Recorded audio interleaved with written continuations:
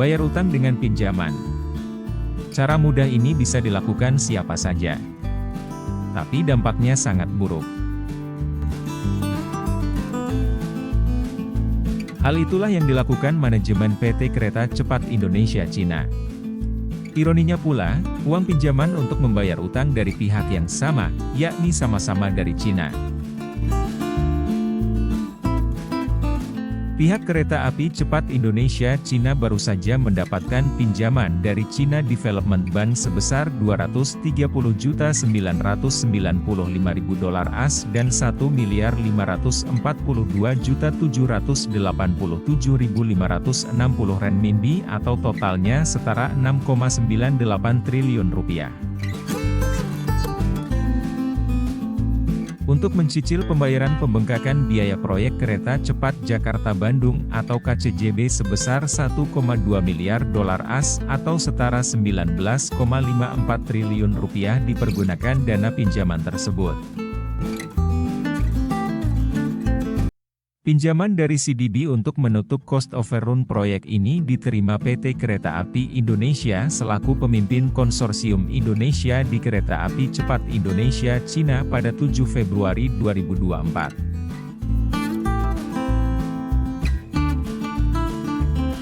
Menurut General Manager Corporate Secretary Kereta Api Cepat Indonesia Cina, Eva Hairunisa, pinjaman pada CDB itu memang dialokasikan untuk pembayaran cost overrun tersebut.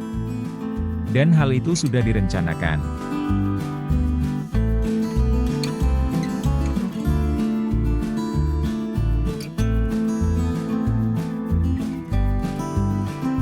Kalau itu sudah kita mulai bayar, kan dari awal memang sudah mulai dialokasikan, kata Eva, Senin 29 Juli 2024.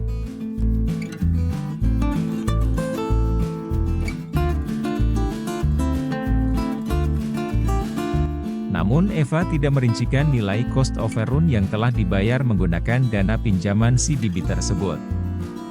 Dia juga tidak menjelaskan lebih lanjut mengenai skema pembayarannya.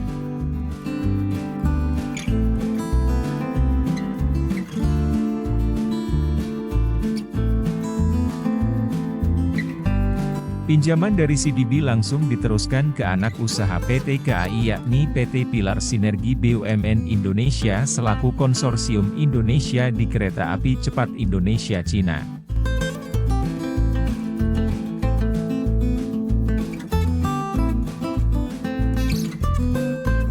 Pinjaman sebesar 6,98 triliun rupiah ini digunakan untuk menutupi porsi cost overrun KCJB yang ditanggung oleh konsorsium Indonesia sebesar 75% dan 25% sisanya akan dipenuhi dari penyertaan modal negara.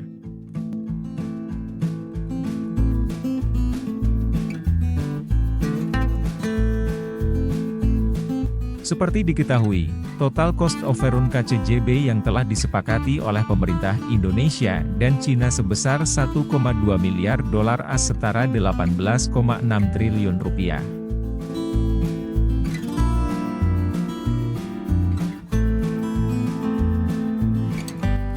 Cost overrun itu ditanggung oleh kedua belah pihak. Sebesar 60% ditanggung oleh konsorsium Indonesia, dan 40% ditanggung oleh konsorsium Cina.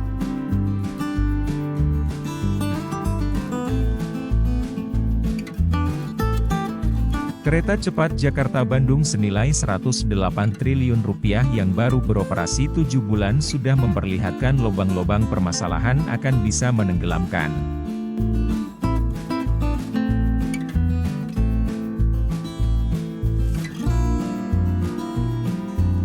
PT Kereta Api Indonesia yang mendapat mandat pemerintah memimpin proyek strategis nasional ini, sudah mulai terbebani dengan jadwal pembayaran utang.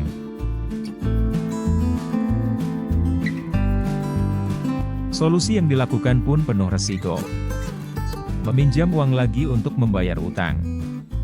Sungguh, putusan yang terkesan tanpa perhitungan matang.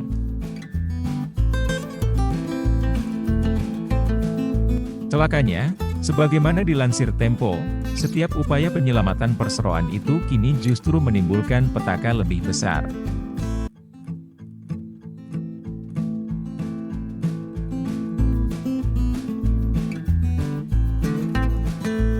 Salah satu contoh, manuver KAI memangkas layanan Argo Parahyangan pada akhir Januari 2024 lalu.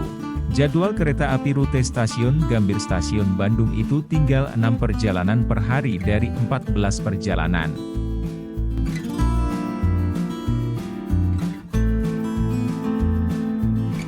Manajemen KAI mengklaim keputusan itu mereka ambil karena penambahan 2 kereta baru, yakni Papandayan dan Pangandaran.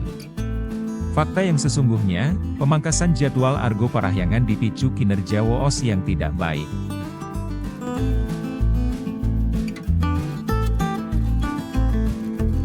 Semenjak beroperasi 17 Oktober 2023 sampai awal Februari 2024, PT Kereta Cepat Indonesia Cina hanya menjual 1,57 juta tiket.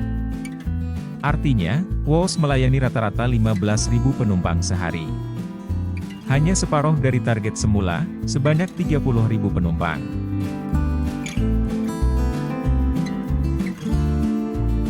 Akibatnya, manajemen PT KAI harus menomboki biaya operasional konsorsium badan usaha milik negara Indonesia dan Cina yang menjadi anak usahanya tersebut.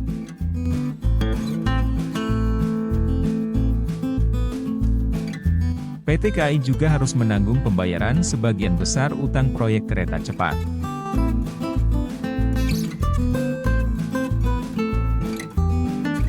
Menghadirkan WOS yang jadi kebanggaan Presiden Jokowi, PT KAI bagai menggali lubang di bawah rel. Bila kemudian WOS sendiri yang ambruk mungkin tak apa, tapi kalau turut membawa PT KAI dan ekonomi negeri ini,